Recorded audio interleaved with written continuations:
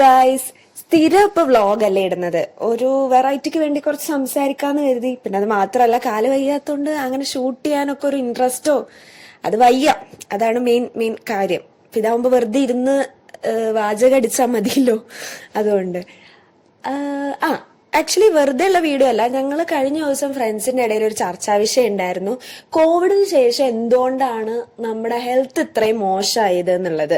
ഇപ്പൊ പല ഫാക്ടേഴ്സ്, പല ചർച്ചകളൊക്കെ വന്നിട്ടുണ്ടായിരുന്നു. അത് മാത്രമല്ല, നിങ്ങൾക്കും ഇത് റിലേറ്റബിൾ ആയിരിക്കും. കാരണം ഞാൻ പല റീൽസിന്റെയും മീംസിന്റെയും താഴെ കമന്റ്സിൽ കണ്ടിട്ടുണ്ട്, പ്രായം 20 ആണെങ്കിലും ശരീരം 60 പോലെയാണ് എന്നുള്ളത്.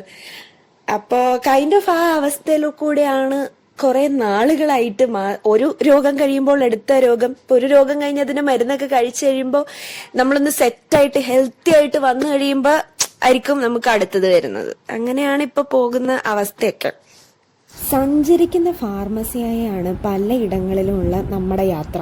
മുറിവെണ്ണ, ഹോട്ട് വാട്ടർ ബാഗ്, ബാൻഡേജ് ഒക്കെ ജീവിതത്തിന്റെ ഭാഗമായി തന്നെ മാറി.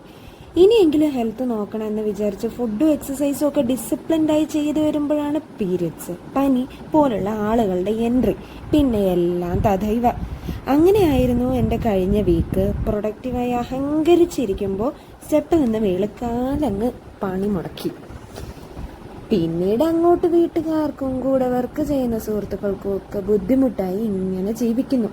മരുന്ന് കഴിക്കുക, റെസ്റ്റ് എടുക്കുക എന്നതൊക്കെയാണ് സൊല്യൂഷൻസ് എന്ന് അറിയാമെങ്കിലും ഈ നേരവും കടന്നു പോകുമെന്ന ഹോപ്പും പോസിറ്റീവ് തിങ്കിങ്ങും വർക്കാവില്ല. ആയുർവേദത്തിൽ എടുത്തു പറയുന്ന ഒരു കോൺസെപ്റ്റ് ഉണ്ട്, അവസ്ഥയ്ക്കനുസരിച്ചുള്ള മരുന്നാണ് ശരിക്കും കൊടുക്കേണ്ടതെന്നുള്ളത്. അതേപോലെ തന്നെ അവസ്ഥയ്ക്കനുസരിച്ചുള്ള തോട്ട് പ്രോസസ്സും അല്ലേ നമ്മൾ കൊടുത്തു കഴിഞ്ഞാൽ കറക്റ്റായിട്ട് വർക്ക് ആവുള്ളൂ.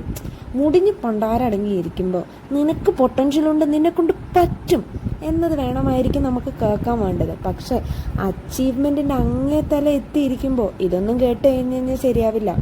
നമുക്ക് ലിമിറ്റേഷൻസ് ഉണ്ട്, നമുക്കറിയാത്തതായിട്ടും അറിവില്ലായ്മയിലായിട്ടുള്ള കുറേ കാര്യങ്ങളുണ്ട് എന്നതായിരിക്കണം നമ്മുടെ മനസ്സിലുണ്ടാവേണ്ടത്.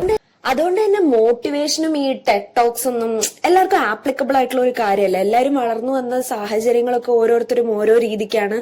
ആൻഡ് മോട്ടിവേഷനൊക്കെ കുറച്ച് ജനറലൈസ്ഡ് അപ്രോച്ച് ആണ്. അത് എല്ലാവരുടെ ഇതിലേക്കും ആപ്ലിക്കബിൾ ആവണം എന്നില്ല.